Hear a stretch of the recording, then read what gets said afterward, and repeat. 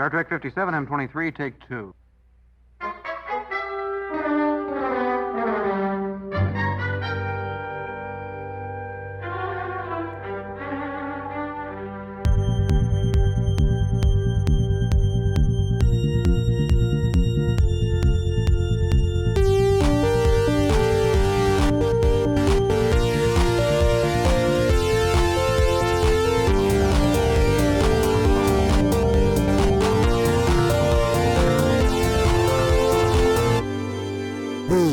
Star Trek podcast.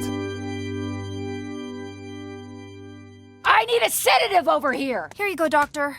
What the are you doing here? Weren't you supposed to start science officer stuff with Miglimo? Yep, first day. It's going great. In the bed, huh? Yes, I think that's accurate. Ah, jeez, are you about to cry? This guy's not even crying and his toes are getting digested. They are? Shut up! Don't move! I just don't know if I'm cut out to be a science officer. I can't get the captain to listen to me. Okay, guess we're doing this. Tendi, of course you're cut out for it. That's why I recommended you. Then why am I blowing it? All my studying hasn't helped at all. No, studying is good, but in real life there's gonna be times when you need to make a mess of things before you can fix them. Like how I'm gonna have to cut this guy's foot off so we can grow him a new one. Wait, what was that? You'll be a great officer on the bridge one day, but you're gonna have to risk screwing things up to get there. You understand? I do. Thanks, Doc. Good luck growing it back. Hey, so you were just kidding about my foot to make a point, right? Do we have all our sillies out? I don't think so, but I think we'll have to start anyway. Is it time to start? All right. How about you, Dan? Are you cool with that? Jesse says he's cool with that. Cool with what? Starting the podcast. Or have we expelled all the sillies from our I'm saving silly some bank? up. What podcast? Oh, my God. What podcast? Dan is still being silly. The It's Got Star Trek. Okay. What? Oh. All right. I'll do the beginning bits. This is the It's Got Star Trek podcast. Mm-hmm. It is the 149th episode of the It's Got Star Trek podcast. Mm. Those are the key things, right? It's the number and the name of the podcast. Which number is? It's 149. Holy balls. Welcome to the It's Got Star Trek podcast. That's important to welcome the audience. Welcome.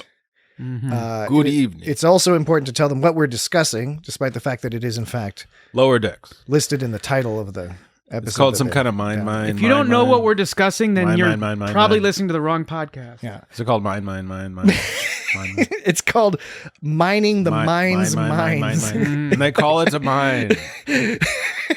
But it's confusing because like the fantasy rocks were they referred to those as mines at one point. Yeah, okay. I think there's a little bit of confusing in this episode. There's a little bit of confusing. There's a bunch of stuff out there that doesn't make any sense. There's a little bit of confusing in this episode. I did really enjoy this episode, as I tend to enjoy. I've never not enjoyed an episode. As you of Lower tend Decks. to enjoy this episode. That's pushing it. That's He's tried to push. He's tried to push that one before. But yes, okay. So 149th episode, Mining the Mind's Minds, Lower Decks, Season 3, Episode 3. However, let's start with a very brief programming note. Oh no! No, there's nothing wrong with a programming note. Oh, you can't say note without no. Okay. It should be a programming yes.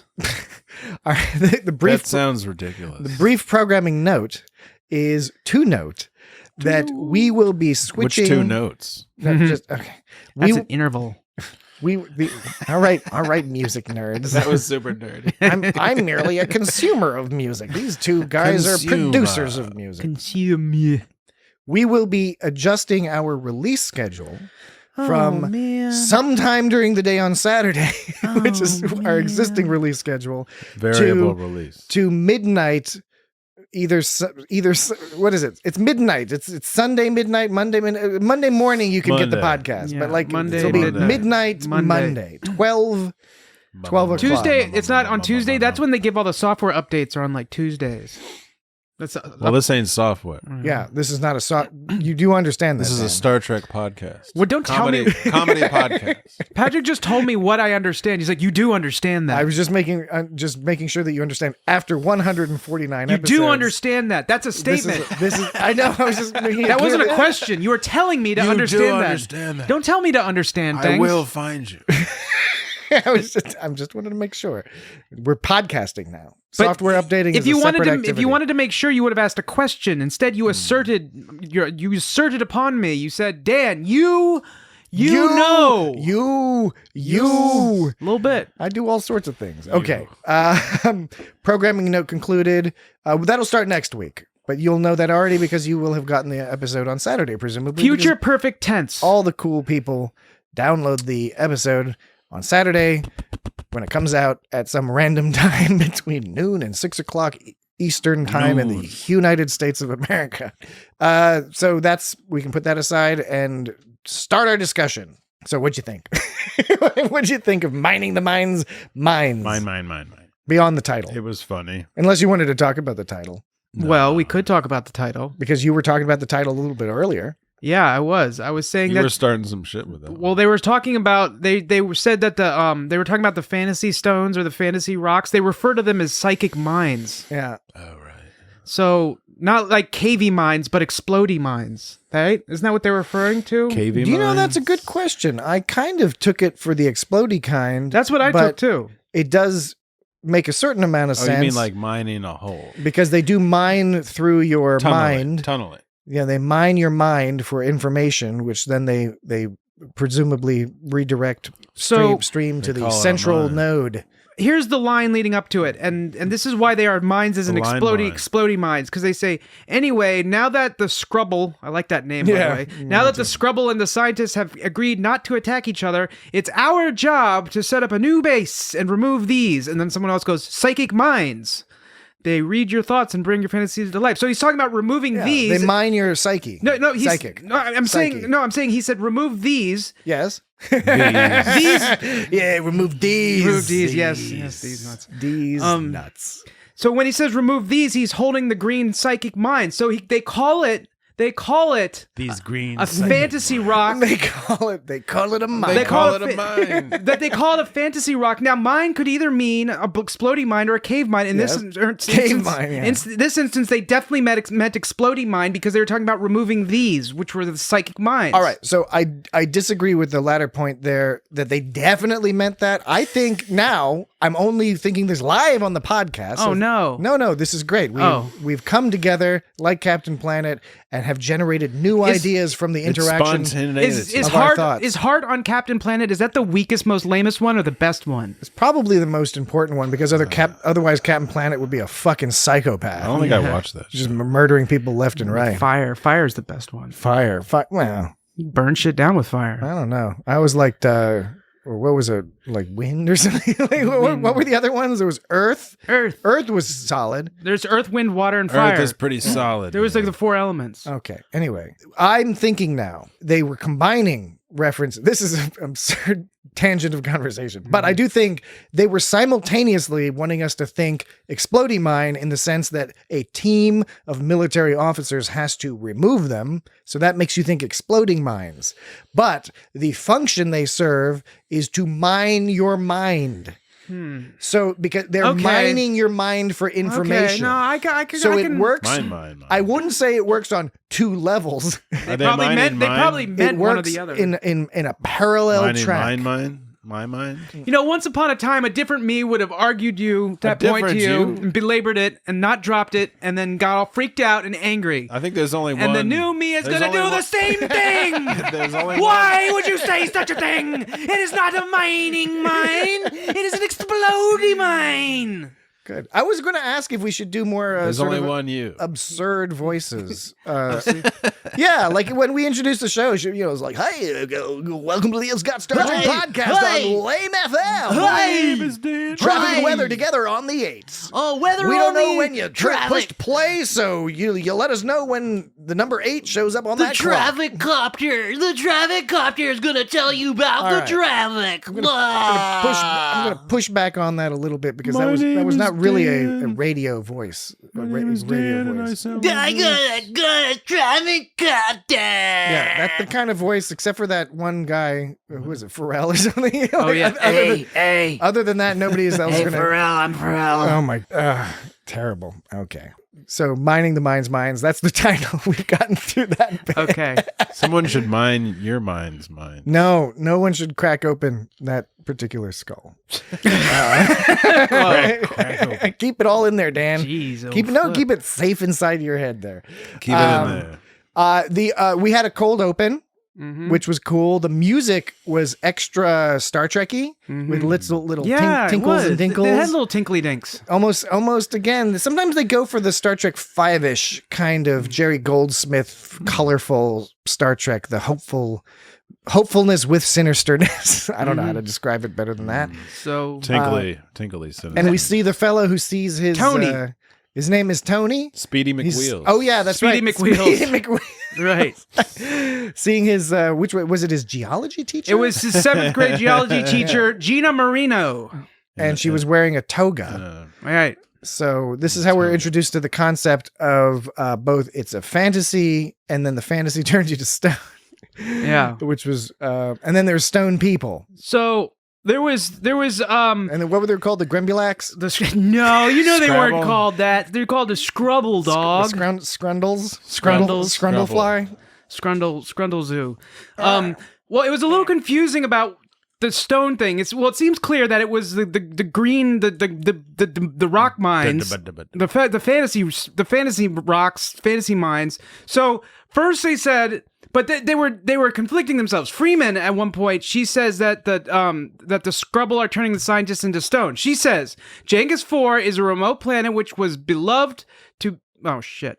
Genghis 4 is a remote planet which was believed to be uninhabited until indigenous silicate creatures called the Scrubble started turning Federation scientists into statues. Right there, she says that the Scrubble are turning them into statues.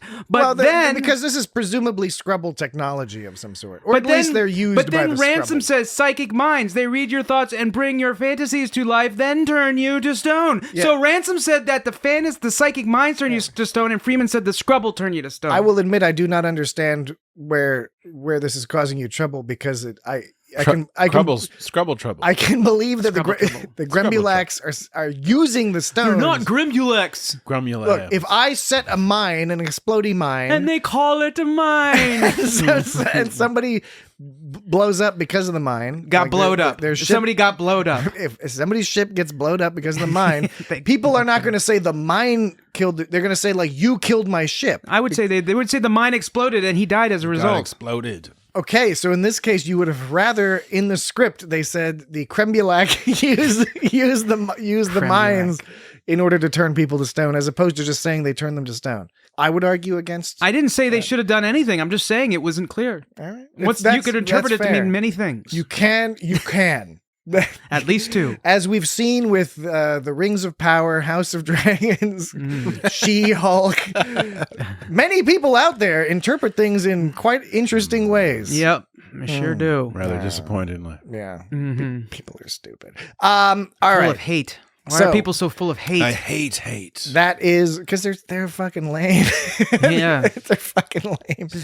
Breeding hate. Yeah, Hate. yeah. And Star Trek gets plenty of that. We tend to just ignore it because fuck those people. This is a positive podcast. It is Like that positive pizza place. That's not like that. That's the cold open, and then Cold Stone ice cream? No, we shift over. This guy's hungry over here. We have the I introduction, want pizza and ice cream. and then after the introduction, what happens after You're the gonna be introduction? sad after you eat both pizza and ice cream. The outro the outro didaction. What was the happens question? after that? What happens after the theme song and all that? Oh. Now it's the hood. The hood. The hood? The hood. The hood? The hood is a ship. We first saw it in Encounter at Farpoint, and we're seeing it Are you again talking about here. the Carlsbad? No, the hood leaves, and then the Carlsbad is left behind with the Cerritos. Oh, is that one of those Excelsior classes? Yeah, Excelsior. Oh, the hood leaves. I missed that whole thing. That's Why did The hood is the ship that actually handled the negotiations between the rock people and the the scientists. Smarmulongs? At the conclusion of the negotiations, when they had reached an agreement, the hood skedaddled Right. and Skedaddled. left the Cerritos. And what was the other one called? The Montalban? Carlsbad. No, Carlsbad. You know what's interesting is Carlsbad is a city near San Diego in California, and Cerritos is a city in Los Angeles County, California. Exactly. It is. It's Not- another. Not 100% confident in those California. pronunciations, but you're a brave person to give them a try. I was at least right with Cerritos. It's a I comedy believe podcast. you. I can sincerely believe you. Did you say I can sincerely believe? No, I sincere. If I misspoke, He does. pardon me. I sincerely believe you.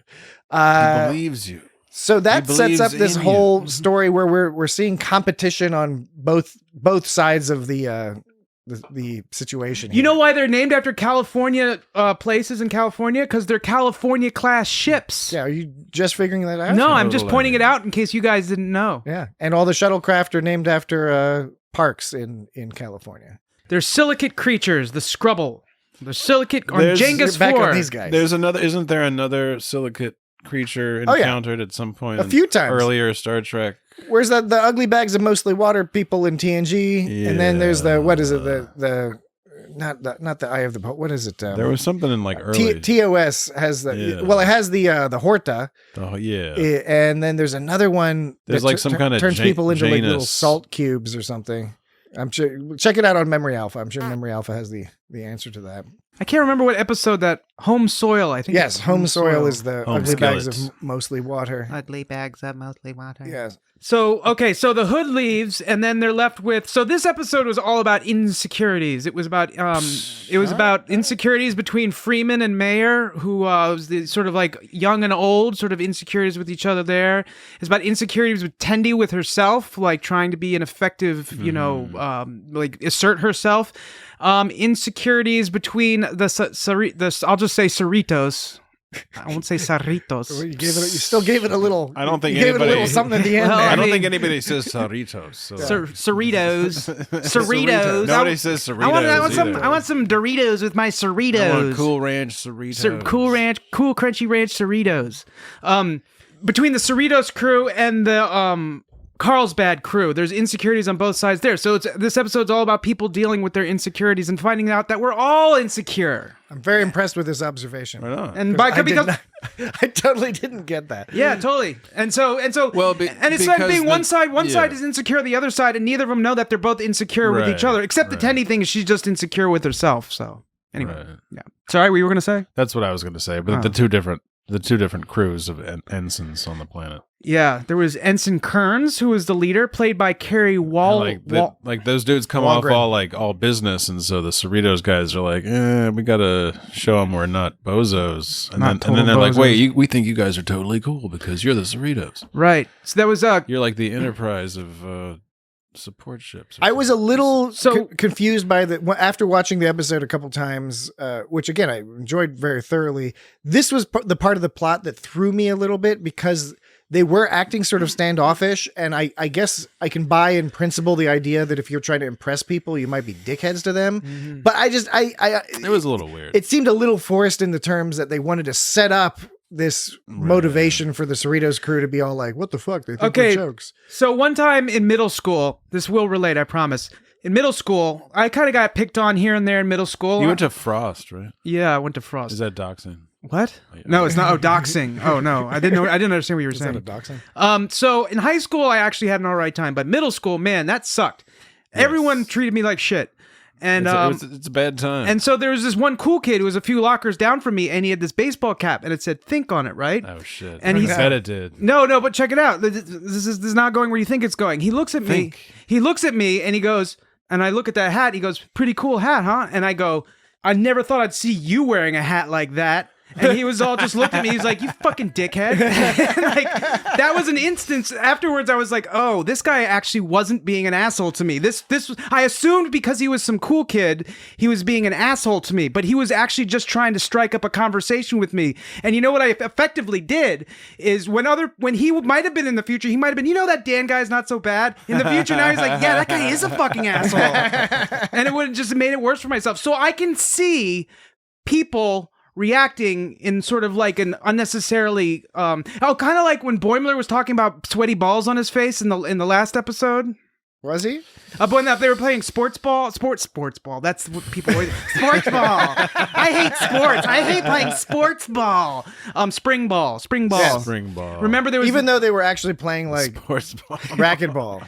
They were basically spring a ball. ball Spring game. ball, you have like a paddle attached to your hand or something. So Anyways, it was like a spring ball court. It is a minor. Anyway, minor problem. So that's the episode. Inconsistency. Anyway, so the spring. Well, what was said was spring ball. When that big dude came, he's like, "Hey, you want to play some spring ball?" And Boimler was like, "And get a bunch of sweaty balls everywhere? No, thank you." He was being like a dickhead, but like he didn't realize it. So I feel that. Yeah. I don't know. It was a little different with these people because they felt directly threatened by the Cerritos. I buy it. I think it me. It was just a little bit confused. If anything, it was confusing because like, it was confusing. It felt like it made the resolution come a little bit out of nowhere. I did have to do a little headcanon on that. So it's fine. Or I don't know if headcanon's the right word, but real life canon to apply to real life. You have a real life cannon. I got a real life cannon up in my house. I'm going to fire it good. Well, it's your right. It's your right to have a personal cannon. So there was personal, but the cannonballs are controlled. It's in the concept. I like in those movies when they shoot cannonballs at people and it hits them and their arms fly off. How many movies does that happen? I think that happens in like Gettysburg. I think that or happens something. in real life. Yeah, that movie definitely happens in Isn't that real movie? life. Is that what movie Gettysburg? I think Glory. Maybe? Oh, Glory. That's what I'm thinking. Not Gettysburg. Glory starts out with like a reenactment of like the Battle of Antietam or something like that. Yeah, I think it's Antietam, and like people totally the battle of Antifa. I don't know how much it'll come up, but a life pro tip that I heard once is if you're in a situation with a lot of cannonballs flying around. If you see cannonballs flying this way and that way, don't worry, you're good. If you see a cannonball and it looks like it's hovering in midair, you got to get the fuck out of the way because you're about to get hit. Yeah, that's how it works. And it's called perspective. That's the kind of advice that may not come up that often in terms of being useful, but it feels like a good thing to know. Totally. So it had, as I was saying, it had Ensign Kearns was played by Kerry Walgren, who was in had some roles in Rick and Morty and Solar Opposites and that Little Demon Which one show. Is that? Kerry Walgren. She's a prominent Little voice Demon. actor. Was she like the female Boimler kind of person? She played. She like the Mariner counterpart. We were just talking about that show, Little Demon, with what's her name? Aubrey Plaza. Aubrey Plaza. And Danny DeVito. Yeah, that's right. Word, okay. She plays a party goer in that. Anyway, so she's been in a few things here and there. Then there's Core D is by Carl Tart. Carl Tart, who also plays Keyshawn. Mm-hmm. And of course... And Carl Tart is just hilarious on Comedy Bang Bang and all sorts of other venues. Well... Then there's Ensign Young, who's played by Paul F. Tompkins. Yes, who of course is that sounded like most famously Dr. Miglimoo. Yeah. And he had some kind. Was that like a Maryland accent he was rocking? A little bit of French's Fried Chicken. He was sort of thing. He was saying blue crabs. Yeah, he said, I expected you to be like a hovering cube or something. Hovering cube. You four stood strong in alien trial. Oh, yeah. All the Galley class crews talk about the Cerritos. You guys are famous. What would happen if at the bar he asked for a Natty Boh? Oh, man. Natural Bohemian. Natty Boh, I remember those things. Yeah, those things, those beers. That was like if you didn't want to drink if PBR was like too high class for you, you drank the Natty Boh. Wow, the plot was funny. I liked, even though, like I said, I was a little confused by the whole sort of setup to it. As that plot line went along, I thought it was very fun. We get a little bit revealed about each of our characters when we see both their fantasies. There's a bunch of Stevens. Later their nightmares. Yeah, we didn't actually. We haven't seen. Was there any indication that Jennifer, who was a red shirt, by the way, Jennifer was a red shirt. Did you know that? Yeah. She's always been a red shirt. She's a red shirt. Yeah. In that episode, she was a red shirt. Yeah. Always been. I mean, in this particular fantasy portion, she's not wearing any color shirt. I don't know if she's a red. She might. bikini. Yes, I don't know if she's a red shirt anymore. But she's always worn a red shirt. But she's like part of that crew, the red shirt crew. In that one episode where they were all trying to recruit Boimler, and they were saying like, "You got to be more fancy," and he was like, "Yes." You know what episode was that? When they were saying, "You got to be more fancy," and then he embarrassed himself in front of he embarrassed himself. He embarrassed himself.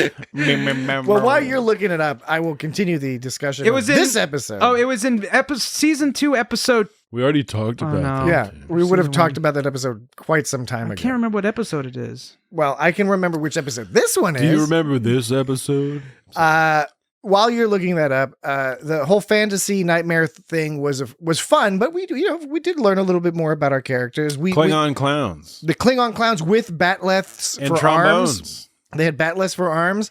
One was playing a trombone. So, well, for the fantasies, let's talk about the fantasies first. How much better does it ever get than that? We have. It was pretty awesome. We have Jennifer, of course, as Mariner's fantasy. It was a batlift. Leah Brahms. It was a batlift armed Klingon clown boner because he was playing a trombone. We have Rutherford with Leah Brahms, which is great. Which was what's her name? Sarah Gibney, I think, is the actress's name. Who's played all the versions of Leah Brahms. So now we have another version of. She Leah wanted him Brahms. to triple check her math. She's like, oh. It was probably my favorite one, not just for the cameo, just because I love Rutherford's character and him getting like turned on by somebody like talking about math is perfect. When Tendi talks about her head blowing up with science, and Rutherford is like, "That's how I want to go." It's like he seemed to have such a clear vision of what that meant. Yeah, I know, right? It was kind of awesome, just like everything dying like with so much science. But Boimler's fantasy is also fantastic because it's an admiral who shows up on some sort of like sidecar hover motorcycle that has these nacelles, and he's like, "I can make you a captain. We gotta help. We need your help with the Borg." He's like, "Who wants to drive?" Yeah, Boimler refers to himself as a natural passenger. Driving's scary. Proud of it. Again, all these fantasies that they're having are really well connected to the characters, what we know of the characters already. I was going to ask about. They weren't just played for laughs, is what I'm getting at. They're funny in part because they make so much sense for those particular characters. So what I was trying to get to without Jennifer, then I got sidetracked about what the red shirt nonsense, which I can't remember what episode that is. Yes, we know you can't remember. Okay. You also can't figure out how to look it up. I know. I thought I had it in my notes. The people at home are screaming. They're pounding their knees. They're screaming into their devices. This is not how a podcast is done. It's like, this episode, these motherfuckers don't know shit about Star Trek. That's debatable. We can have a debate about that. You can come on our show and debate us about it. They can do what on our show? You're probably right. They can come on our show and debate us. They can do what? They can find out how much we don't give a shit about what they think. What I was saying is, so it is revealed that Mariner has feelings towards Jennifer. Did we know that already? We did know that already. How did we know that? The other people didn't know that. The end of the last season. Yes. Yeah, I can't remember what happened. Like, Jennifer rescued her. I remember that. Yeah. And then they were like, "Oh, we like each other." Yeah. Oh, did it? But I thought it wasn't like in a like we're friends. It was in like it was in a we've been mean to each other because we're attracted to each other, and they both sort of figured that out at the same time. Right. Which through communication. It was a very good Star Trek message of talk to people. And then there was the part where Jennifer kissed Leah Brahms. So is that to imply that no, that Mariner was just trying to up the fantasy. They were just trying to work together. That doesn't imply that Mariner also They're has. Going to go look at the warp core because that. Oh, by the way, that also loops in. Boimler. That doesn't imply that Mariner is a little bit attracted to Leah Brahms too. No, because what was happening is the fantasies in their goal I know they of turning people to intertwined. stone. But I think it's important to note that the Jennifer fantasy is for Mariner. The Leah Brahms fantasy, of course, is for Rutherford. Combining them together is trying to target the same thing. But then they mention we can go watch the warp core, which my understanding is that was meant to entice Boimler. That's an early. They're trying to get all three of them, right? Early on joke, I think. Yeah, it's from episode 1. Yeah. Definitely when Boimler is showing Tendi around. I think it was the Spy Humongous? That was. God, he's still looking this up. It might be. I honestly want you to figure it out at some point. It's soon going to the red shirts are finally looking good at acting like Miss Tendi the Scorpion Menace. Yeah, that was reading the internet. That was the Spy Humongous, which was season 2, episode 6. All right, great. Before we take our first break, I do want to quickly touch on the nightmares. So the nightmares happen because of Stevens and Dan. Last week you were talking about we haven't seen Stevens in a while. I know. Now we have like a Stevens heavy episode. Stevens heavy. He's all literally because he turned to stone and stone's heavy. Okay, and so Stevens is goaded by Mariner into some absurd behavior, which was really cute. I don't know why I found this so charming. So Mariner it just, is trying to, get Stevens on their side because she's yelling at her. And so she implies that the other people had talked shit about Ransom, knowing that Stevens, fucking worships Ransom, not Manson. Manson. But what was cute, what I found adorable was when Stevens sort of like pulled his sleeves over his hands and started grabbing the rocks. Because I don't know, there's something really adorable about that. And it's just such a natural reaction to like, I want to get moving right now. Of course, he fucks it up, knocks everything over, breaks open the crazy stones.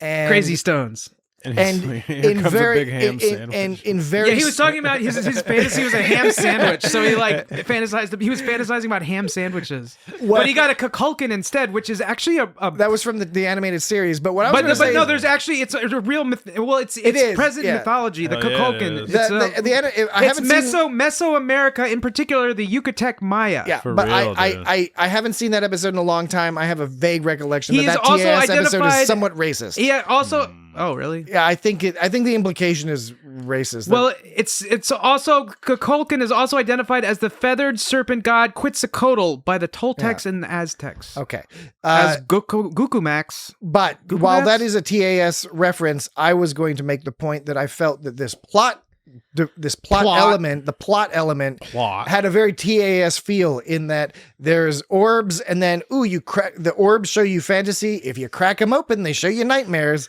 That felt to me like a TAS style storyline more than any other sort of storyline. Yeah, they cracked them open. There was all this fantasy gas everywhere. That was after they were playing that looked like some kind of American Gladiators game they were playing, where they were like, passing the ball around and slam dunking it in the pylon thing, and remember American Gladiators? Yeah, dude. Yeah. How can you forget? I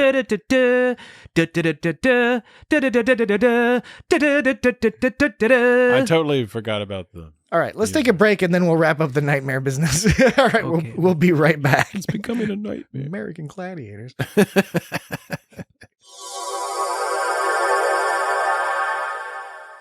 Okay, we're back. We're back. Nightmare what I wanted to comment about on the nightmare business is I thought they were all fun and great, and they were connected to the characters. Maybe somewhat less so than the fantasies. The fantasies were super on point.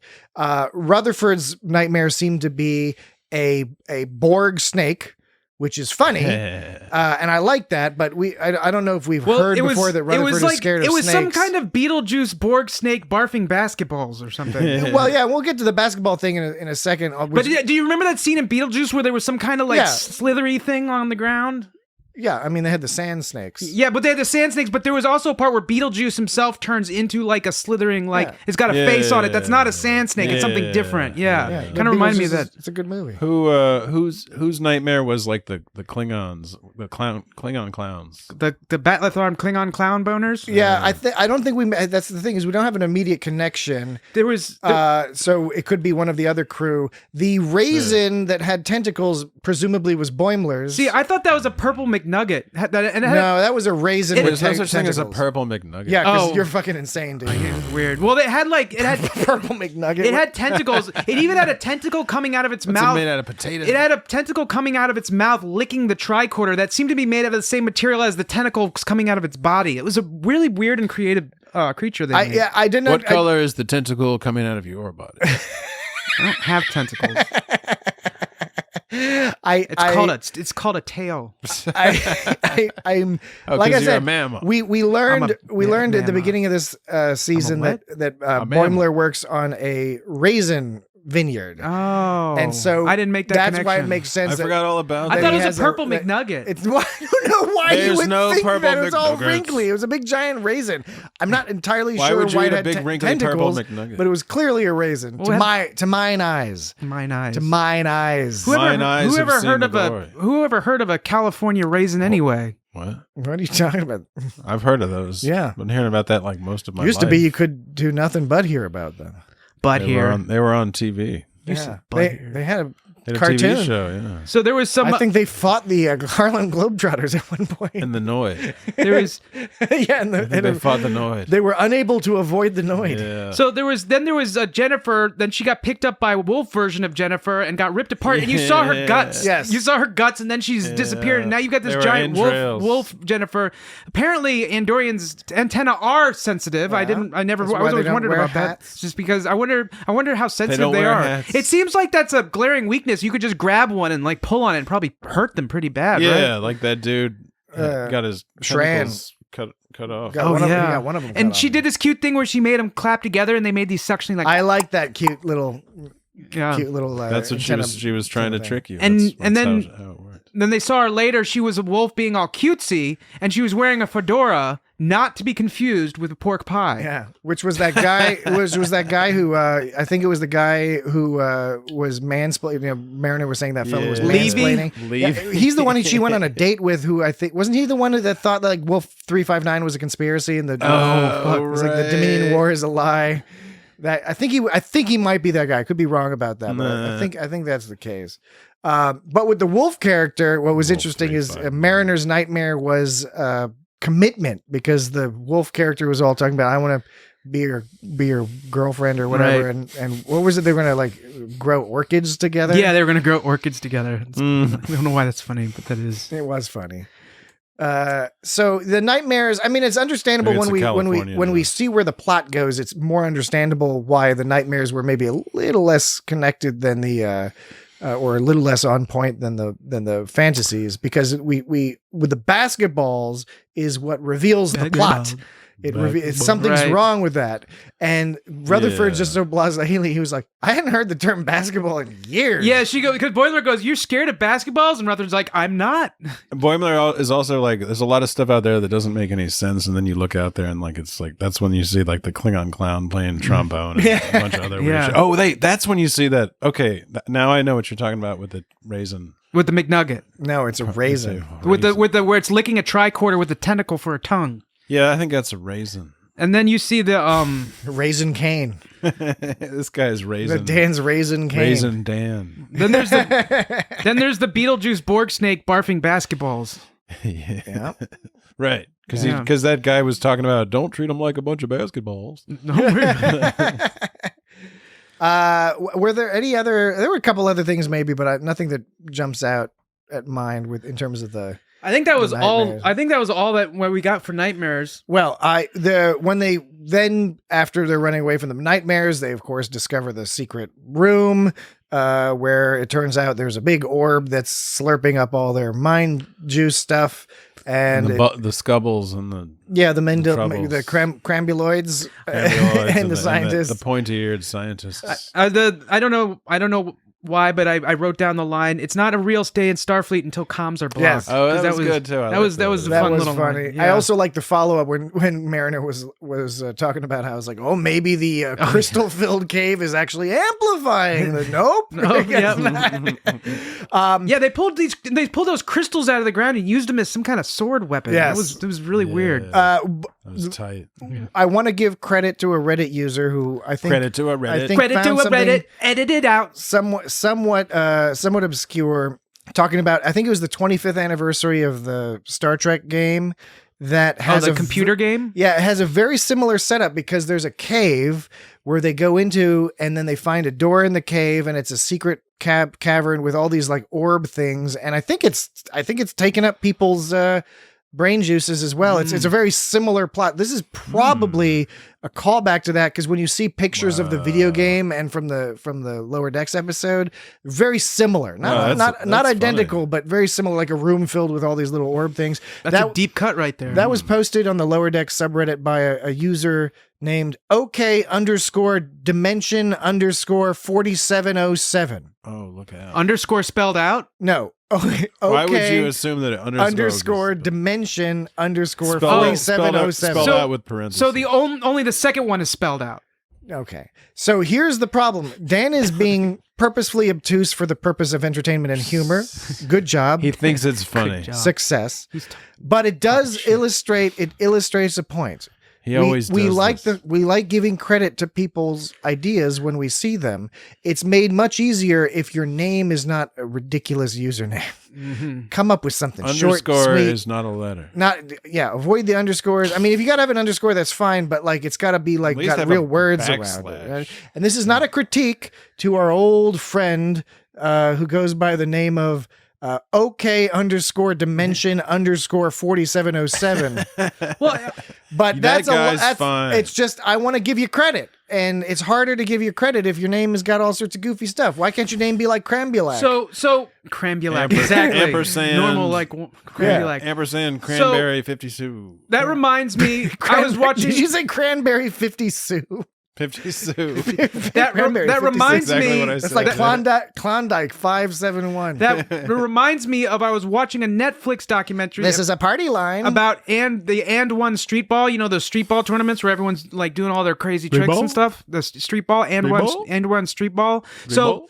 So there's these guys. Everyone has a cool name or whatever, right? They got their nickname. like and, Zap Well, see, that's American Gladiators, or but Crambulac. Hoops. But okay, check it out. So yeah, exactly. Crumbopulous so, Michael. So Zap, there's one guy. His name is Hot Sauce. Now that's a decent enough name, Hot Sauce. There's another guy whose name is Hot Sauce _6969. There's another guy whose name is Half Man, Half Amazing. Now that is a clumsy name to have. Like Hot Sauce is great. Hey, it's Hot Sauce kicking ass. Hey, look, it's Half Man, Half Amazing. Like you got to think of something like Half snappy. amazing. It's got to be snappy. Half amazing. It has the benefit of but being not half man, somewhat half easier amazing. to say than OK_dimension_4707. It's not even like 4747. Yeah, if only they didn't spell. There's literally no rhyme or reason behind this username. If they only didn't spell out the first underscore for some reason. Okay. All right. That's Dan's signal to me that we should move on from this topic. Tab. Are you accusing me of being Caps passive lock aggressive? I'm just there's nothing passive about it. Damn. Boom.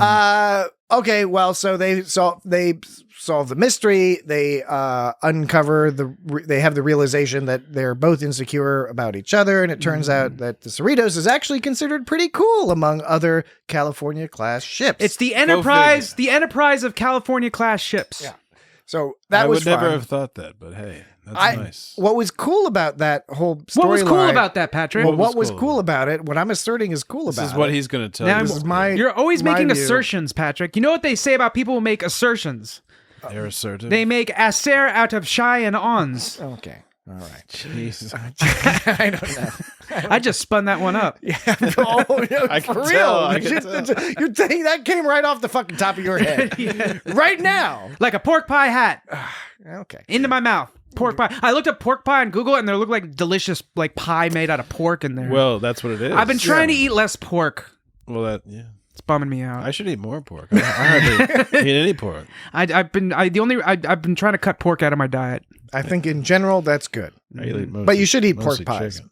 Yeah, pork pies look You so can probably good. get like a vegan pork pie. I'd rather just get something that's vegan that tastes better. But you could get like a vegan pork, like it's just a pork pie, but like with vegan. Get like a bunch, make a without meat in bacon it. bacon pie. You can put a bunch of curry in it. Okay, I thought you meant like some kind of vegan pork substitute. No. Make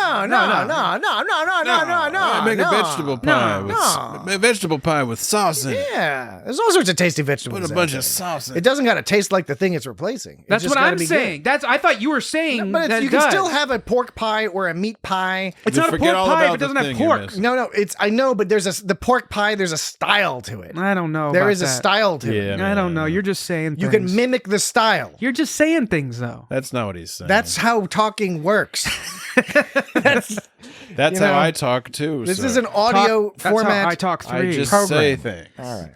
So that with our audience, that was just a little flavor. That was just a little colorful banter flavor. That was a little fish sauce For in our first soup. time listening. You'll note that comes up from time A little to time. fish, banter. little fish sauce in our podcast soup, huh? I do love fish Dude, sauce. you keep talking about food. You I want know.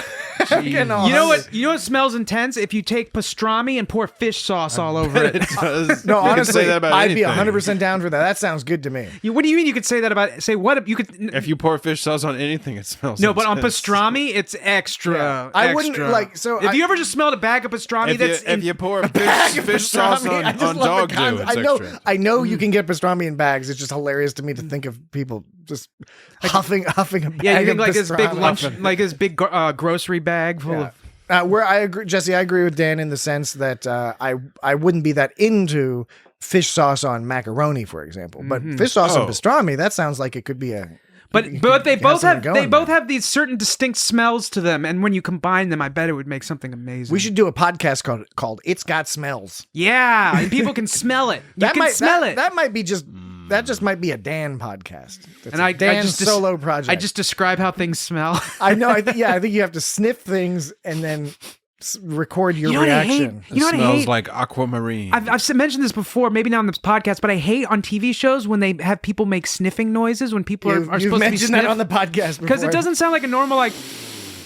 No, it always sounds like a nose that's with stuffed sinuses and like everything's all stuffed up and gross. That's not a nose sound. That's not a nose sound at all. That's my nose. No, when they... That's my nose. don't wear it out. That's my nose.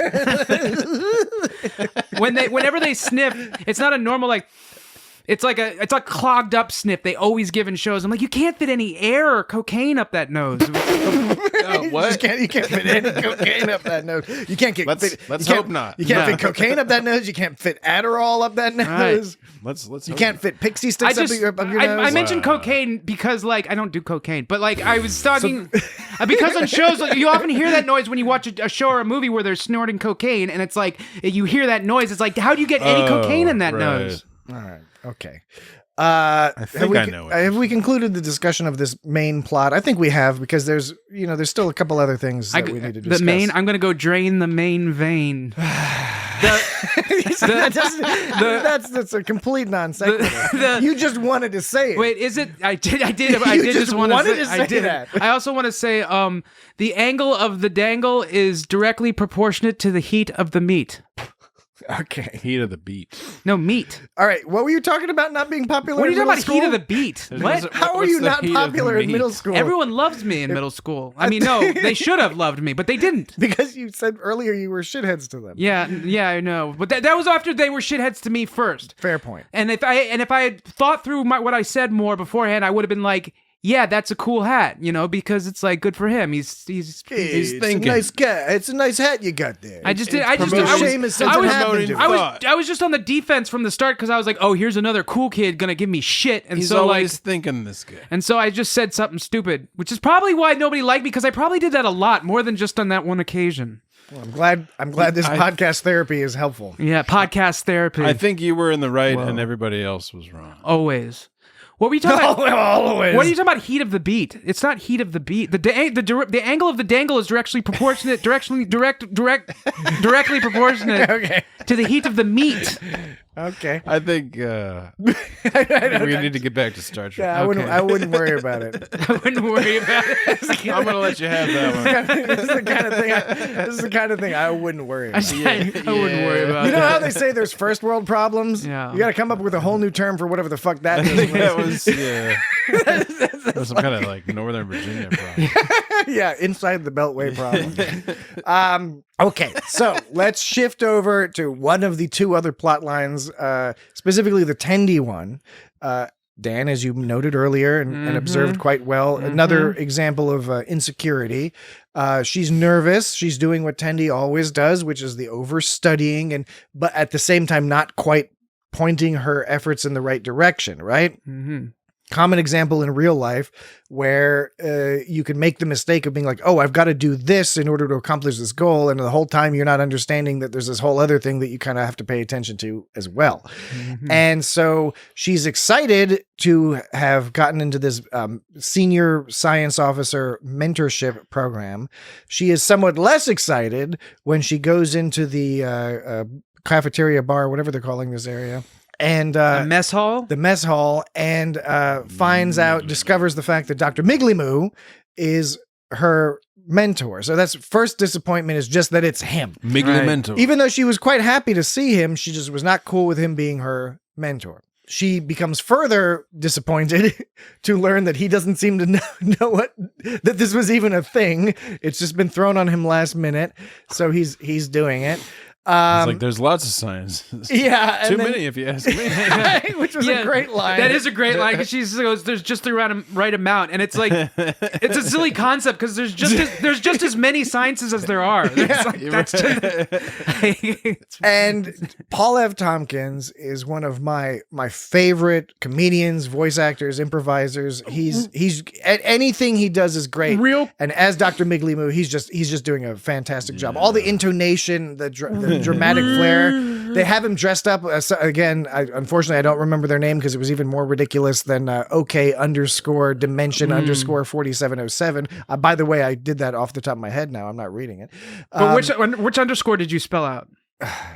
The Dr. Migley-Moo, somebody on Reddit mentioned that he's dressed kind of like Carl Sagan, and he kind of always has been. They have him in like a Carl Sagan, like the turtleneck with the blazer on top, and then he's got his little Starfleet emblem on the lapel of his blazer, which is, it fits the role of the psychiatrist, the bird psychiatrist. He's slurping down worms.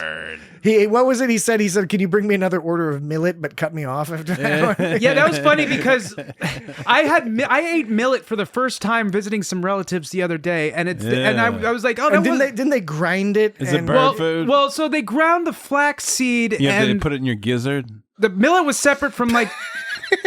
You have to stick it in your gizzard. He did. That's what birds do. He did. How's your gizzard? How's your gizzard? There's a fast food fried chicken restaurant in Oklahoma where you can buy fried livers and fried gizzards at a fast food place. Anyways, so it's a fun fact. It's part of the bird. No, there was some kind of flaxseed. All birds. Can you buy fried cloaca rings? Okay, wait. Let me. Okay, hold on. Just hold on. It's kind of like hold your horses. Squid, okay, yes. Your birds. Look, so he had millet, right? And so I had millet for the first time the other day. Okay. And I was like, this isn't bad. So I went to look it up and buy some. I didn't see any at Safeway or anywhere. So I looked it up on Amazon and I found it. It was under bird food. So millet is bird food, and that's what I essentially ate was bird food. Oh man. Yeah, but it wasn't bad. That's the thing, is millet's actually all right. Ancient humans ate it. Yeah, it's good. It's good to make it just right. I like millet too, but I like Put some soy sauce I like on it processed through the bird. I like the bird to eat it, and then I'll eat the bird. You're just being gross. That's called a food chain. It's a process. It's processed millet. Yeah. You're being weird. I think it's organically processed millet. I'm gonna go with that's probably the best way to eat millet. So the weird pancakes I had was I want to get some millet bagels. Can you get millet bagels? Because I love poppy seed bagels, so I might be into millet. So bagels. when you thought I was talking about the flaxseed, that was when we were milling equal parts buckwheat. Were you milling millet? Can I finish the sentence first before you ask me the question, please? Thank you. He's being very polite about it. Milling equal parts of buckwheat, rye, and flaxseed, and then you mix them up, and then you put some pancake batter on it, and it's good. Weird. And how's the poops after that? The first couple days, it takes some getting used to. Some internal adjustment needs to happen. They smell funny. It made more like they felt funny, but I'm sure I don't know. Were they seedy? Like rye. Well, I flushed them down before I got a chance to smell it because I didn't want to think about it. You just couldn't smell the residual gases. I mean, this is disgusting. Jesus Christ. Well, and in some way, at least we're not chomping on Violet Crumble. Oh yeah, damn. Oh shit. Shots fired. I was chomping on it too. First of all, that's true. First of all, I think it's hilarious that of all people, it's Jesse who's the one talking about like gases, fumes, and things like that, poop fumes. Yeah. Second of all, he doesn't usually talk about stuff like that. You got me going there with the seeds and. It is funny that okay, every week we put out a podcast. It's meant to be some fun, just some lighthearted fun to distract you from your day, delicious from fun. your boring fucking life. Your shitty, boring, pointless fucking life. Are you eating Violent Crumble on a podcast? Violent Crumble. It's Violent Crumble, not Violent Crumble. Violent Crumble. But what is funny is we get emails and comments all the time, and largely positive, sometimes constructive criticism. What's funny is that last week we mentioned all manner of disgusting, horrible things, and the thing that threw people off the most was Jesse and I briefly chowing down on some Violet Crumble. Thank you for not including me in that because I was not a part of that. No, you were not. I ate it quickly. We did offer Dan it, but Dan declined the piece of violet crumble. Because it's gross to eat that. No, I mean the violet crumble's good, but eating on the air is on the air. I guess you're in the camp with these other people. Hey, well, I knew they were. The ASMR people are making millions of dollars. Yeah, well, we are not. Slurping on some soup. I think a part of it is you do what you advertise, and people who violet crumble ASMR. If you want to do an ASMR thing, do an ASMR thing. But if you sneak ASMR into places that aren't advertised as such, you run the risk of like grossing out a lot of people. That is a fair point, but I would counter with the point that since everyone's already doing regular old ASMR, you've got to innovate, and our innovation was gorilla ASMR. Oh man, I don't know if that's a good idea. Yes, with gorillas. No. Well, by the way, you've just invented a $1 million idea, gorilla ASMR. If we could get our hands on a gorilla, they'd get their hands on us first. I don't know. I think gorillas are largely fairly gentle. It's orangutans you got to watch out for. Oh, bonobos, it's chimpanzees. Sorry, chimpanzees. Orangutans are nice. But they make noises. Bonobos jerk you off. And gorillas, I think, are just chill. Because if you go to a gorilla spot, if you go in their property, they will fuck you up. Well, look, they don't chase you down. I'm not saying a gorilla's not going to fuck you up. A chimp. What a chimp does is a chimp will chase you down and tear your arms off and eat your balls. No, mainly it rips off your balls and it rips off your face. Okay, well, I basically balls. said the same thing as you did. That's what you got to go after. Arms, but the point. That's not. They're not strong enough to take an arm off. Yes, they are. No, they totally are. They're about 1.5 times the average strength. That's a new study that just came out. By the way. Whatever. Just to be fair to Dan, it's a brand new study that came out. It said chimpanzees on average are 1.5 just strong times enough to rip off your face and your balls. Plenty strong enough to rip off face and balls. You're focusing on the wrong thing. You're focusing on the wrong thing, which is chimpanzees come after people and they're mean and they'll fuck you up. Gorillas will tear you up. Oh, I thought you meant chimpanzees come after people like in the Planet of Apes way, like when people are extinct, then the chimpanzees will come. No, it's not what I said. It was one interpretation. Like chimpanzee to chimpanzee. Look. You focus. Look, I said rip your arms and bite your balls, and you're like, no, actually, they don't rip your arms off and bite your balls. They rip your balls off and bite your face. I do fear that we've drifted somewhat off course. But my whole point with that statement was chimps are mean, gorillas are not mean, but they will fuck you up if you go into their territory. I don't want to. Yeah. I don't want to. But you were like, your gorillas are chill. I think, relatively speaking, it's a fair correction because yes, no one should do. Anyway, this is a bunch of nonsense because it's talking about gorilla ASMR and Jesse's pulling out some puns and setting us down this other road. It was already stupid that we're referencing last week's podcast anyway. It's really stupid. So this week's podcast, Dr. Miggly Moo, Tendy's nervous. He gives her advice, which was actually good advice. They didn't play it that way. It was another weird thing about this episode because they definitely played it as Dr. Ta'ana is the one that should be and really is Tendy's mentor. They played Miggly Moo as kind of like a little bit. They always play him a little stupid and obnoxious. Yeah, he seemed like he seemed like kind of incompetent at first. He's like, "Oh, I've never done this either." And you think, "Oh, he's going to be terrible," but he actually had some really cogent. I thought his advice was very good managerial advice. It was good like leadership advice. But speaking of Paul F. Tompkins, you're talking about how you like Paul Francis Tompkins. Born September 12th, 1968. He was born in Philadelphia, which would make sense then that Ensign Young would have a Maryland accent because Pennsylvania is pretty close to Maryland. I like how you're like, and here's why it makes sense because it's kind of close. Because, well, I mean, I heard the same commercial. I mean, how many people in California really know a damn thing about Maryland accents? It's not like a widely known thing, but people in the close by on the East Coast maybe area, it was a Philly accent. Maybe you're wrong. It wasn't a Philly. Philly says no because Philly's they can be similar. No, Philly says things instead of ass, they go like ace. And go ace. But it's really bad ace. I mean, there's not a lot to this story. I can't even do it. It's so weird. Because it's just a series of obstacles that Tendy goes through, sort of escalating. And it's kind of interesting, though, because the obstacle is just herself, right? She's been given this advice to intervene. She hasn't done it.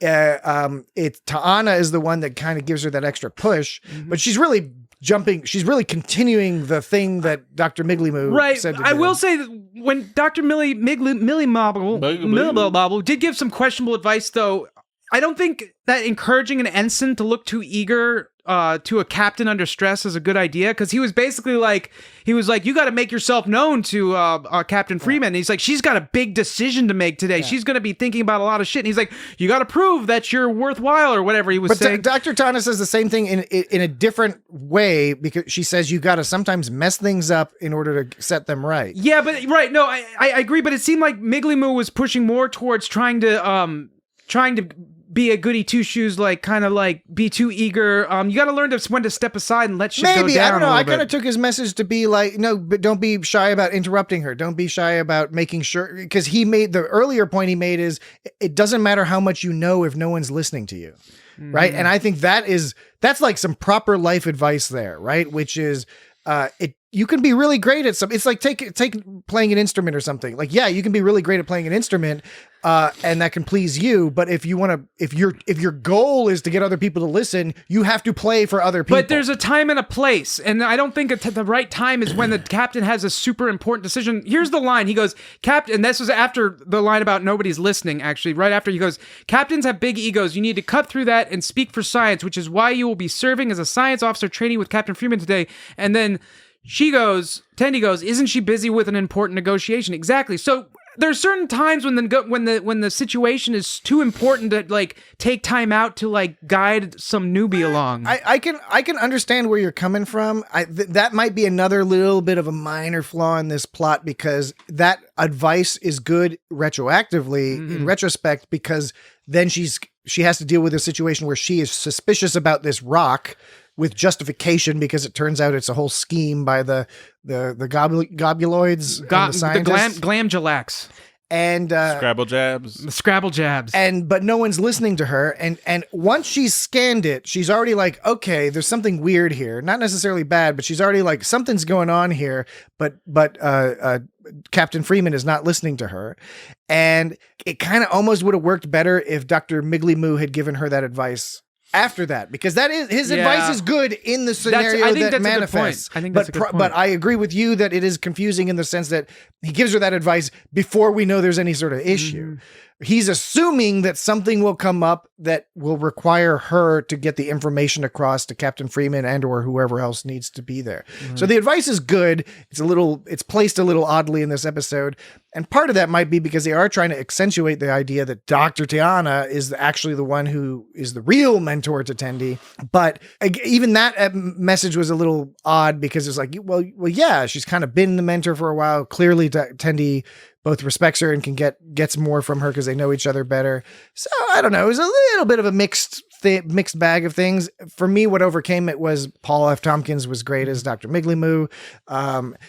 Anytime we see Tendi and Ta'ana, just Dr. Ta'ana, anytime she's tending to a patient is great. Yeah. That dude had that thing. It was eating his foot. Yeah, he had it was blinking. It was a little Rick and Morty alien on his, eating his foot. It looked like a sock. It was digesting his foot. I like how she pulled out a chainsaw and not some kind of medical laser. Yeah. Well, I'm sure it was a medical chainsaw.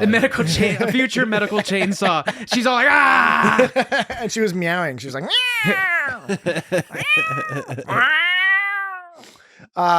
so freaky. It was a fun little story. It was a jaunt. Yeah. Was it a jaunt? Let's take a break, and then we can talk about a little bit more about the Captain Freeman and wrap things up, close this podcast down. Close the podcast down with Captain Freeman. Let's go. All right, well, let's go to break, and then we'll be back. All right, we'll be okay, Dan. Okay. All right, we'll be right back.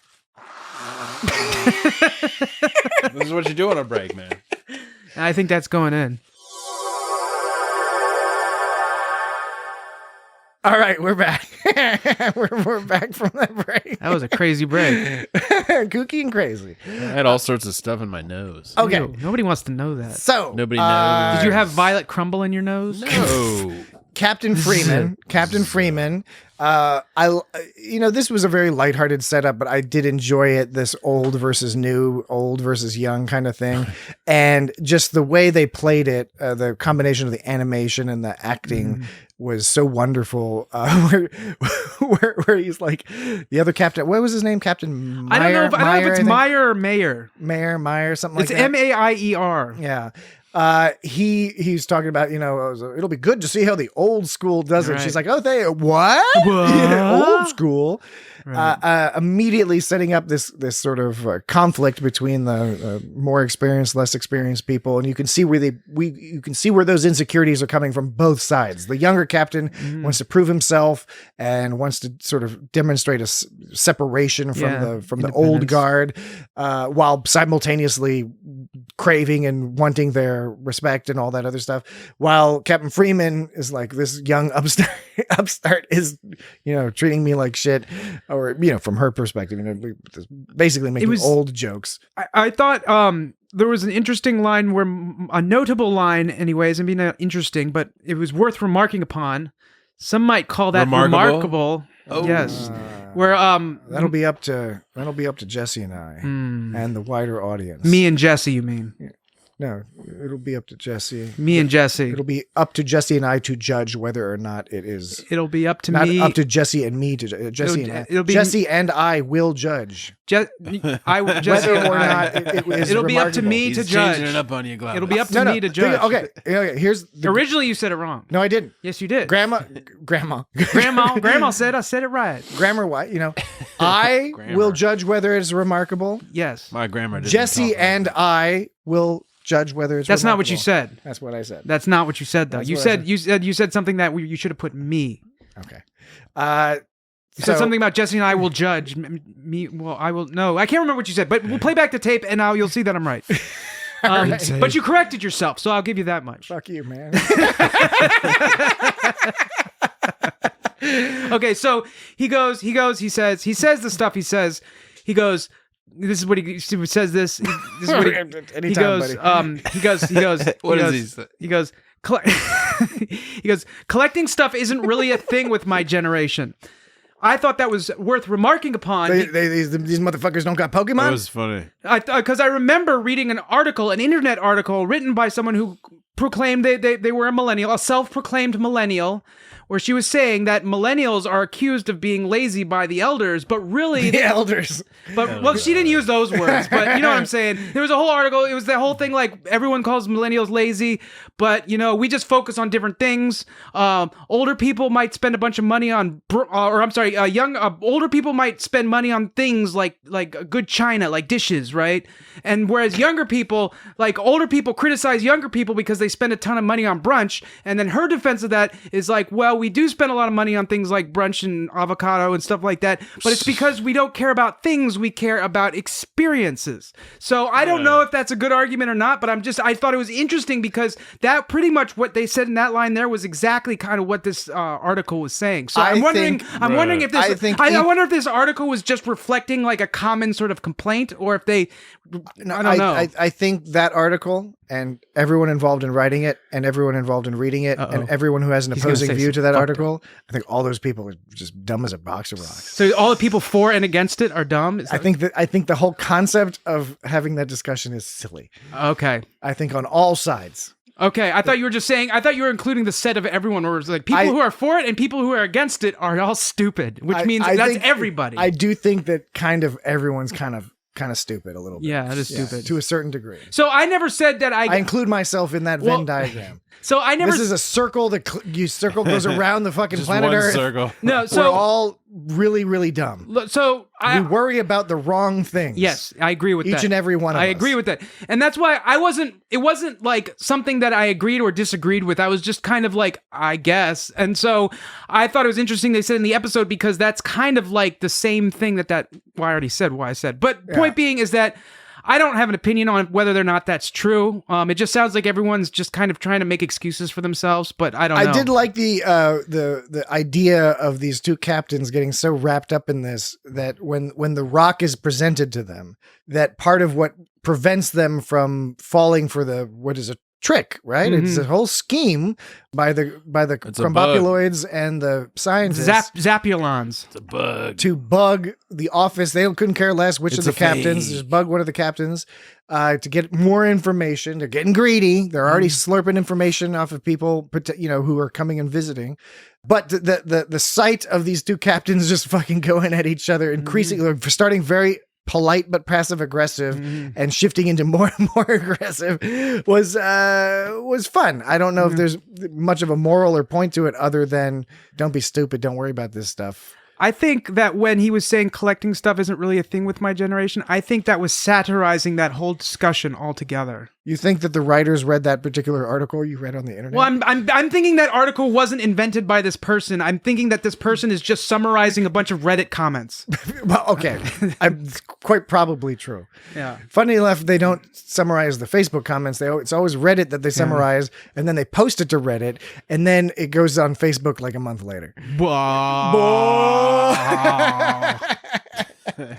Yeah, they did. And then the reason... Sorry, I don't want to get political. But I'm always here. My wife is always sending me, like, she's like, look at this funny meme. I'm like, oh yeah, I saw that like 6 months ago on Reddit.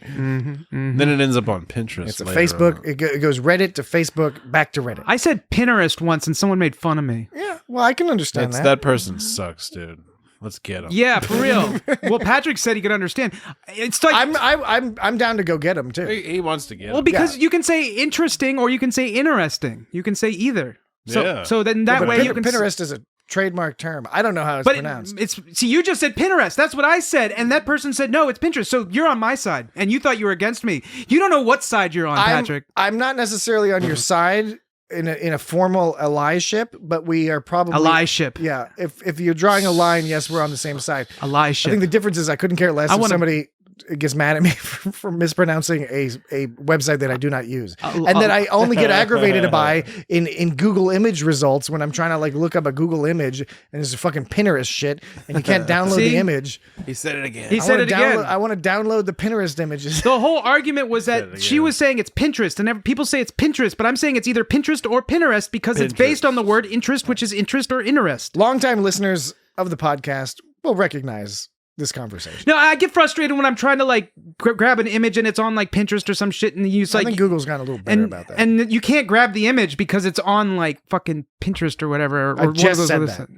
I think that's a complaint I just vocalized. Yeah, well, I wanted to be complaining about it too. Yeah, Star Trek is often about communication, listening to each other. Oh, you're one to talk. You're one to talk. Except when your comms are blocked. Both of you are ones to talk about listening. No, we listen. I didn't say anything. Just because we're interrupting you does not mean we're not listening. You're on a lie ship right now. It may, in fact, lie ship. He's on a lie be ship. evidence that we are listening. No, don't say things like that.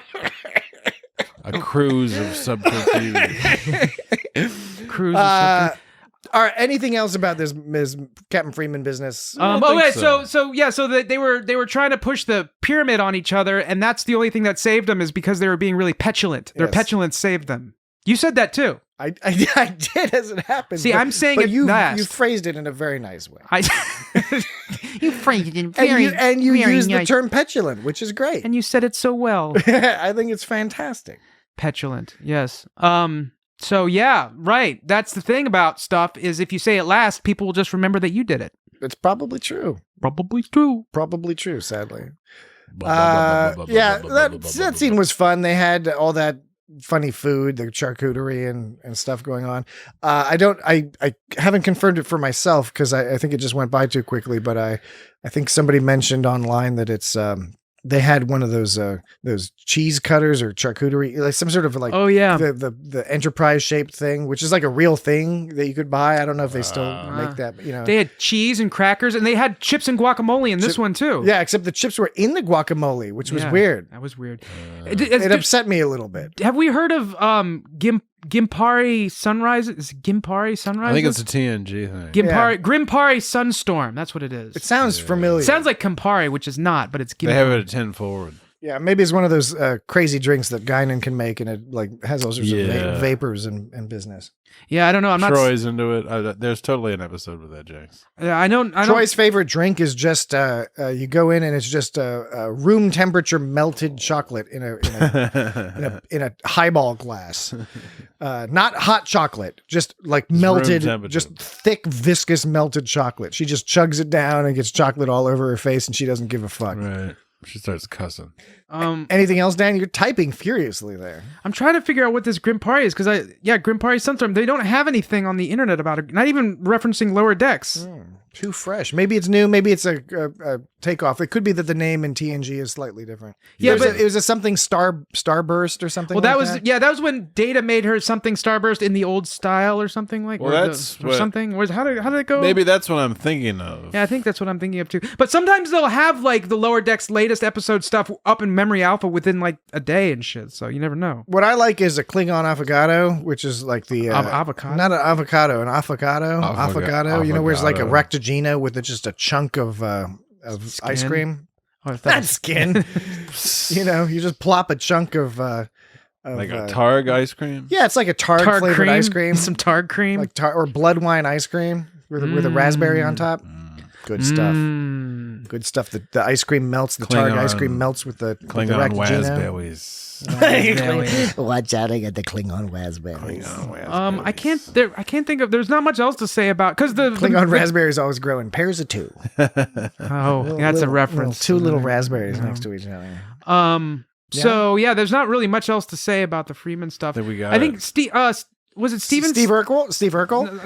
I think it was someone. Did I do that? Yeah, I think it was Stevens. Or it was Stevens, or was it the other guy? There was someone in Tana's office who says, "Okay, Doc, if I were brain dead for 10 minutes." Yeah, that was Stevens. He mentions the koala. He goes, "Yeah, how come I saw a koala sitting on a black mount? What's a black mount? There's a place called Black Mount." Well, so they're combining a running joke. Of course, they've mentioned the koala a couple times before, like in the Ascension Black episode. Mount is a mountain range in Scotland. Okay, I'm getting there. Okay. I'm using my mind Hold memories your horses to get there. How can I hold the koala was in the Ascension episode, and it was mentioned at least one, maybe even this season or late last season. The koala was mentioned again as associated with death and who runs the universe, who runs Bartertown. Master Blaster. There you go, and the Black Mount was mentioned by Shax when Shax died. He talked about going to the Black Mount. Right. So I think they're combining the Black Mount and the koala. Okay. Now, in all likelihood, this is just a fun, clever building on a previous gag, building it into a running gag. Part of me wants to hope that they're building this towards something where they end up like in the underworld on the Black Mount fighting the koala or something like that. And then they find out the koala is not God, because what does God need with a starship? How is Stevens able to get his arms back? Really? Well, the same reason the golden age of science. They already set that up with the other guy who's getting his foot cut off so they can grow him a new one. They can grow him. I guess that's new good. arms. I guess maybe that was grow him a new one. Maybe that was the whole point. Maybe that was the whole point of that little part. Well, yeah, but the thing is since Stevens has casts, my assumption is that when he got turned from stone back into regular old fleshy squishy human, his arms also did. They were just detached, so they probably just stuck him back on. Sutured them up with some sort of some kind of crazy glue. You didn't have to like regrow arms, and then you'd have like little arms first, and they'd grow bigger. He didn't have the little Deadpool baby arms. Oh, gross. So, what, you think they just like put glued his stone arms back on or something? I did not say that. What did you say? I said that when he was turned back into human form, his arms would have also been turned back, but they're broken off, so then they can suture them back on. But some, there would have been a lot of missing. Some sort of future. There would have been a lot of missing arm bits, like laying around. Well, they could also glue it all together while he was still stone, and that's then what I suggested. And then turn him back. Well, that's what I suggested. You were like, no, I wouldn't say that. Well, I didn't interpret what you said that way. I interpreted it a different way. People know how to fix, broken pottery. You go to the right guys. Yeah, you just need to get all the sherds Repair together. shop. You need to get all the pottery sherds together. Cave bug, we've got cave bugs in here. Together. Did that sound like when he goes, "We got cave bugs in here"? It was like Dennis Nedry. Nobody cares. Yeah. See, no one cares. Yeah. Who was he saying? Dodson. We got Dodson. Dodson here. See, nobody cares. Cave bug. We've got cave bugs in here. What's a cave bug? It's like a bug in a cave. It's like a cave cricket. Caves have lots of bugs. Yeah. So it's not just one type. Yeah. But they said it as if it was one type. It's just a bug. Does it matter? It's a spooky bug. Cave crickets. I've come to peace with cave crickets. Oh no, I don't care about crickets. I used to be terrified of them, and now they're in my bathroom. I've never really minded. They're always in my bathroom hanging out now, and I'm just like, oh, it's the fucking when you see a silverfish, or actually, I don't get silverfish. I get centipedes sometimes. Ugh, those things are horrible. Yeah. Cave crickets are like shrimp if they keep of the land. Just a big, meaty, fat little. I bet they're pretty. Yeah, I bet they're pretty good. Yeah, just fry them up. Mariner, I've been noticing now that Mariner does a lot of groaning. I mentioned it last episode when she was doing all the groaning all throughout the episode. She groaned twice in this episode. One time when she was like talking about like, oh, Ransom, you doing do you give us a briefing or a stand-up routine? And then Steven's like, oh no, his stand-up's much more raw, unfiltered take on dating and mating. And she's like, dating and mating is such a disgust. That's almost as bad as the term gentleman's relish. Yeah, that's gross. Baby batter. And then she goes, dating and mating. Then she goes, she groans. And then when she picked up the Fantasy Stone before Rutherford sees Leah Brahms, she picks up the Fantasy Stone before that, and she goes, notice it. She groans a lot. She does a lot of groaning. She does. Yeah. You just commanded us to notice it. I did. You just said, notice it. I command you. Well, you told me to. Witness me. I will strike you down. You told me to know something earlier. You told me to know. You know that this is lower decks. I don't remember. You better know. You were like, this is a blah blah blah, and like you're acting like I'm critiquing when I'm just observing. You watched me watch it. No. I'm saying you accused me of something, but you did the same thing. You told me that I knew that. You're taking it as an accusation. You say Sometimes it's just an observation. It's just a turn of phrase that is a silly turn of phrase. I think when someone's like, this is blah blah blah, right? Like it's like, well, why are you telling me I know? That was like at the beginning of the podcast, a long time ago. So Mariner's an unstoppable force of nature. Rutherford's a genius with crazy implant powers. Tendy's a ray of optimistic sunshine, and Boimler is a tiny comedic robot that's always getting into trouble. Perhaps a hovering cube. Please tell him I'm people. One of my people. Yeah, people. That I want to be people. Yeah, Boimler wants to be people. That last line was that was really probably one of my favorite parts of the episode. It was endearing, it was sweet, it was cute, it was adorable, it was appropriate, and all that other good stuff. If you know what I'm saying. People. Okay. Anything else? Odds and ends. No, that's it. Does that do it? I figured does it do it for this animated episode? Game over, Dan. Game over, man. Game over, man. There was one part where Boimler and Rutherford were talking at the same time, and I want to say what they said. I want to separate them so we can all know for sure what they said. Okay. Rutherford goes, we tussled with Mugatos, we tussled with the Packleds, actually twice with the Packleds. Oh yeah, that's right. And we scared the crap out of that drill instructor. Boimler says, well, there was that Klingon who took off in the ship and he was drunk. Then our ship got terraformed.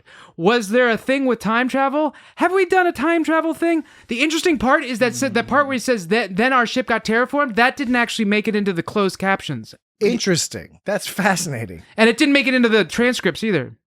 Somebody dropped the ball at the transcription service. There was something else off about the closed captioning. I forget what it was. As we've described before on the podcast, Dan and Jesse will often view the show with the closed captioning on. I like to fly by the seat of my pants. I do it only sans closed captioning. It's important to note that I only do it on the second time. Yes, it is important. I was going to get to Sometimes I only do it on the first time. Wow, that's weird. Or not at all. So wait, sometimes you do it both times. Sometimes you do it one time. Sometimes I either only do it on the first viewing or I don't do it at all. That's interesting to me. At Pelix 2, they have the Pleasure Festival. What do you think they do at the Pleasure Festival? They do a lot of Umaks and Jamaharan. And they have Horgons galore. Horgons galore. Let's open a store at the mall called Horgons galore. We'll sell Horgons and other related items. Some more. Yeah, like a big old sack of condoms. Space condoms. With extra space. Oh, the Borg snake at one point said, give us your distinctiveness. Yes, that's a Borg thing to say. Yeah, because it's like we'll incorporate your distinctiveness into our own. It made me think more, and I was thinking more like, give me your distinctiveness so I can be more distinctive. But it actually means the opposite. It means give me your distinctiveness so I can take away your distinctiveness so you don't have it anymore. Yeah. Okay. All right. So I think that will indeed do it for us this week on the It's Got Star Trek podcast. Your favorite podcast. See, you're doing it again. That's my favorite podcast. You know it's your favorite podcast, right? Well, that's like a marketing thing, isn't it? You know it's your favorite podcast. No, that's how it works. You tell people that we're good. You know it is my favorite podcast. You know that's how it works, don't you? You know this is what we're supposed to do. You know this is what we're supposed to do. Out of all the podcasts, what if I don't? Out of all the podcasts you could fall asleep listening to, this is the one. This is one of those. Is that a good thing? I don't know if people can fall asleep to our podcast. Ah! Yeah, it might be it might not be. This might be more a sweep in the deck podcast, or fixing the couch cushions podcast, or a sweep the deck, driving to Baltimore. A paint driving the fence. to Baltimore to get some blue crabs, blue creebs, get some Natty Bow and French's fried chicken, that sort of podcast. But yeah, it's got Star Trek. We do. Have you ever had? We appreciate your patronage. Have you ever had those biscuits from that Bojangles place? Sure. Yes, they're delicious. Yeah, they're good. So, reminder, programming note that starting next episode, we will be releasing on midnight Monday morning. Minor change in our release schedule. We will also next week be discussing Lower Decks Season 3, Episode 4. And I don't know for sure the title of it because there's a few different titles floating around. One place calls it says it's going to be called Reflections. Another one says it's going to be called, I don't know, something else. So we'll see. We just don't want to pick the wrong name here. So, probably by tomorrow we'll know what it is. Where is the nearest Bojangles? Down south? Yeah, I know. Or That's up what north. That's what it has to. Is it up north? I think there's none of them inside the Beltway. So, No, I bet you're right. I was looking up something on books.google.com. I typed in Grimpari. There's this person named Lady Charlotte Grimpari. And this books.google. Was she Italian? I don't know. But I mean, Charlotte doesn't sound very Italian, but Grimpari might be. But this is interesting. The books.google.com, it has what looks like a scanned pages of a book, like a book scanned, like the actual pages, and you can search by keyword, even though it's scanned pages. Yeah. I know that's possible now with like Google Lens and all those other things. Yeah, they got that OCR. You know that old OCR? Is that what OCR? But I mean, I know optical character recognition. I mean, this just put it. I knew they had it. It's just this really put into perspective for me that it's just a common thing. You can look through books now.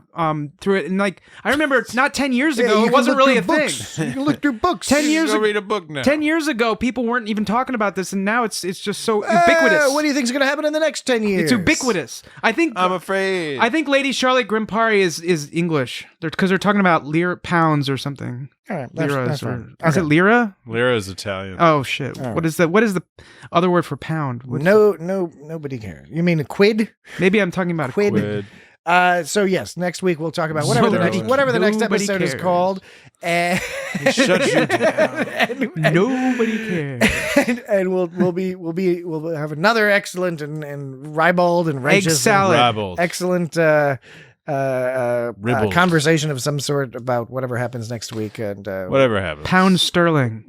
Sterling, exactly. Quid. Quid pro quo. Quid pro quo. Strangers on a Train. Alfred Hitchcock. It's a pretty good one. So Snakes on a Plane. Flangers on a Plane. Samuel L. Jackson. In the meantime, you can reach us on social media at It's Got Star Trek, Twitter and Instagram. You can find us on YouTube, which is that's a website where you can watch videos. Now that's a website that's become very popular of late. So we do put the podcast up there with a static image. Man. You might be listening to us on YouTube right now. What else? It's fun. I probably said, if I didn't, Facebook, of course. And you can go to the website, www.itsgotstartrek.com. You know where to find it. And the website's helpful, folks, by the way, because you might want to just listen to episodes in which we discuss, say, Star Trek TNG. Well, you can click on the Star Trek TNG menu item and it'll filter the podcast by just those episodes. Wow, that's really great, Patrick. And by the way, what about if I just want to see Enterprise? Oh, I was going to say, good. Thank you for bringing that up, Jesse, because it doesn't work just for TNG. It also works for Enterprise. That would be silly if it only worked for just TNG. What about the animated series? You know what? We're going to throw that in for free. All right. You guys are stupid. I'm not going to argue. I'm not going to argue with that point. I guess not. I did laugh so hard just now that I've gotten a little dizzy. So we should turn off the podcast. Stop it! Too silly. Being too silly. And we will talk to you next week on Monday. Yeah, at midnight. So not the same time. Not this today. Wait, normally it's around the same time. Are people listening to this on Saturday now? People are listening to this on Saturday. All the good people. But the next time they will listen to it on Monday. We'll never need to do a time travel podcast because it's always a time travel. Monday. Oh shit! So a little later than the normal time next week. But after that, for future people, you won't even notice. Future people. Future people. All right. Drill bit on your table. Drill bit. Yeah, that's not an unusual thing to have on a table. No. All right. So we'll talk to you next week. Bye-bye. About that. A little bit. Oh, I'm sorry. I'm sorry, did I step on your... Do you want to... We need emergency! Okay, Wow. I can walk over there. Are you It's sure? okay. No, it's fine.